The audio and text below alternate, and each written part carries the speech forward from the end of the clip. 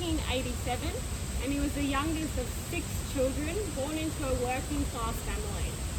Then when Jose was 14 years old, he became a pastry chef to help support his family, and he did that for the next 10 years. But by his mid-20s, he wanted to do something different with his life, and he had started hearing stories of other Spanish men coming to Australia and making great money. So he decided it was time to try for himself. So he began a long journey to Australia, arriving in Sydney in 1913, but then making his way up to Far North Queensland by 1914. In the area here, Jose worked for a few different sugarcane farmers, so cutting cane by hand, and then Jose began cooking for one of his teams as well. Jose always had the dream to own his own farmland though, so he started saving his money, and he was able to buy a cheap rainforest block from the government. He cleared his whole block of land using dynamite. Then he prepared his soil and planted his own sugarcane farm, which he went on to sell for a small profit. Over the next 10 years, Jose did this 11 more times, so 12 farms in total.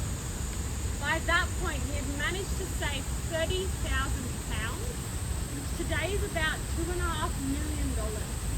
So he made a small fortune, he set himself up, and then he decided it was time to go back to Catalonia to marry his fiancée Matilda, who was waiting for him. The only problem was, in the 12 years Jose had spent in Australia, he didn't write her any letters. She had not heard from him at all for 12 years. So as you might be able to imagine, he got back and found she was happily married and she had just started a family of her own. She waited 8 years for Jose, so it was only about 4 years too late. But everything worked out alright. Because both families had already agreed to the marriage, Matilda's mother said, "I have a younger daughter, Margarita."